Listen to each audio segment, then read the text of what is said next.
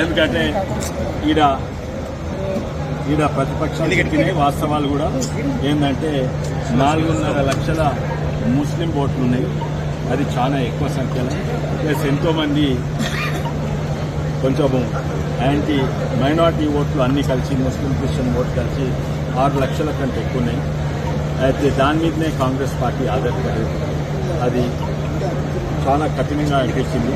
కానీ మేము సిస్టమేటిక్గా 3.5 నెలల సంది ఎన్నో ప్రోగ్రామ్స్, దాదాపు 30 ప్రోగ్రామ్స్, అంటే వాలీబాల్ టోర్నమెంట్, క్రికెట్ టోర్నమెంట్ నుంచి మన కూరగాయల బ్యాగులు పంపించుడు, భజనాలు, ఇవన్నీ కూడా దాదాపు యాత్రలు, మీటింగ్లు, విజయ సంకల్ప యాత్ర నుంచి మా స్ట్రీట్ కార్నర్ మీటింగ్ల నుంచి మా ఆశీర్వాద యాత్ర, ఇవన్నీ దాదాపు 30 ప్రోగ్రాంలు సిస్టమేటిక్గా పార్టీతో కలిసి చేసినందుకే ఈ గెలుపు వచ్చింది. లేకుంటే ఇది చాలా కఠినమైన కాన్స్టిట్యున్సీ అండ్ అవతల క్యాండిడేట్ ఎన్నో కోట్లు కుమరించింది.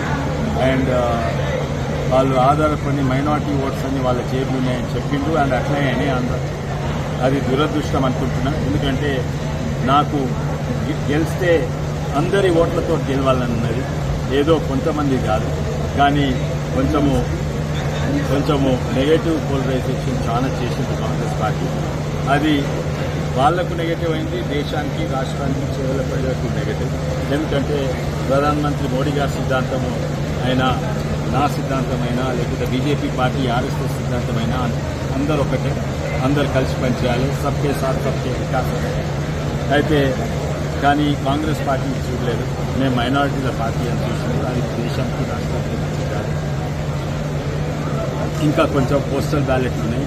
ఈ పోస్టల్ బ్యాలెట్ రాష్ట్రంలో, దేశంలో బీజేపీ కొనసాగుతుంది. మీ అభిప్రాయం చెప్పండి. రెండోసారి మీరు ఎంపీగా గెలవబోతున్నారు. నేను బయట రిజల్ట్స్ అక్కడ చూడలేదు.